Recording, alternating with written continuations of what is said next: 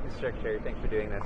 Are you concerned at all about Israel's widespread airstrikes across Syria and also their maneuvers inside this buffer zone that have created some anger in the Arab world among U.S. partners?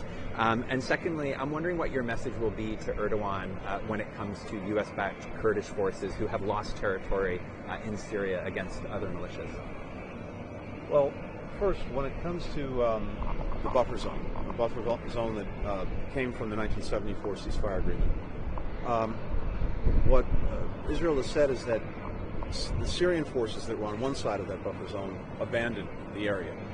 And Israel is concerned that that vacuum could be filled by terrorists, by extremists, and so it moved forces into the buffer zone. And it's told us and told others that that's a temporary move just to ensure, again, that this vacuum isn't filled by something bad. When it comes to actions that Israel has taken, the stated purpose of those actions from the Israelis is to try to make sure that equipment that's been abandoned, military equipment that's been abandoned by the Syrian army, doesn't fall into the wrong hands, terrorists, extremists, etc. But we'll be talking, and we're already talking to Israel, we're all talking to others about the way ahead. And when it comes to Turkey and... Sorry, just on Israel, do you support their moves? I mean, they've basically destroyed the entire Navy. They've gone after a lot of state assets, and I think a lot of people understand that desire, but there's obviously...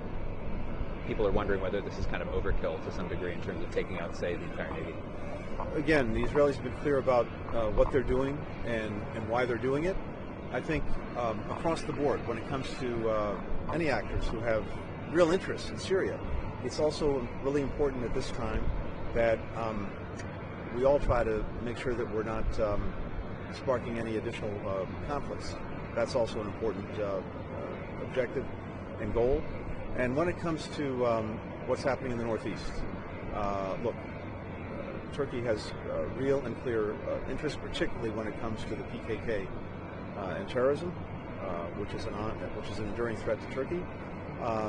At the same time, again, we want to avoid sparking any kinds of additional conflicts inside of Syria at a time when we want to see this transition to an interim government and to a better way forward for Syria.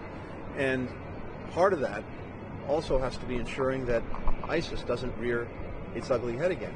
And critical to making sure that doesn't happen is the so-called SDF, the Syrian Democratic Forces, that we've been supporting. They've been critical in making sure that ISIS is kept at bay. Critical also to guarding the detention facilities where thousands of foreign terrorist fighters have been detained for years, keeping them off of the battlefield, keeping them away from rejoining ISIS. That's a critical mission, and it's one that we have to see be pursued going forward. And will that be the message to Erdogan? Well, it's certainly one of the things that we'll be discussing, but again, all of these conversations are looking to bring all the countries in the region together, as well as beyond the region, in a unified approach to supporting the Syrian people as they emerge from this dictatorship. Thanks. Thanks, everyone. Thank you.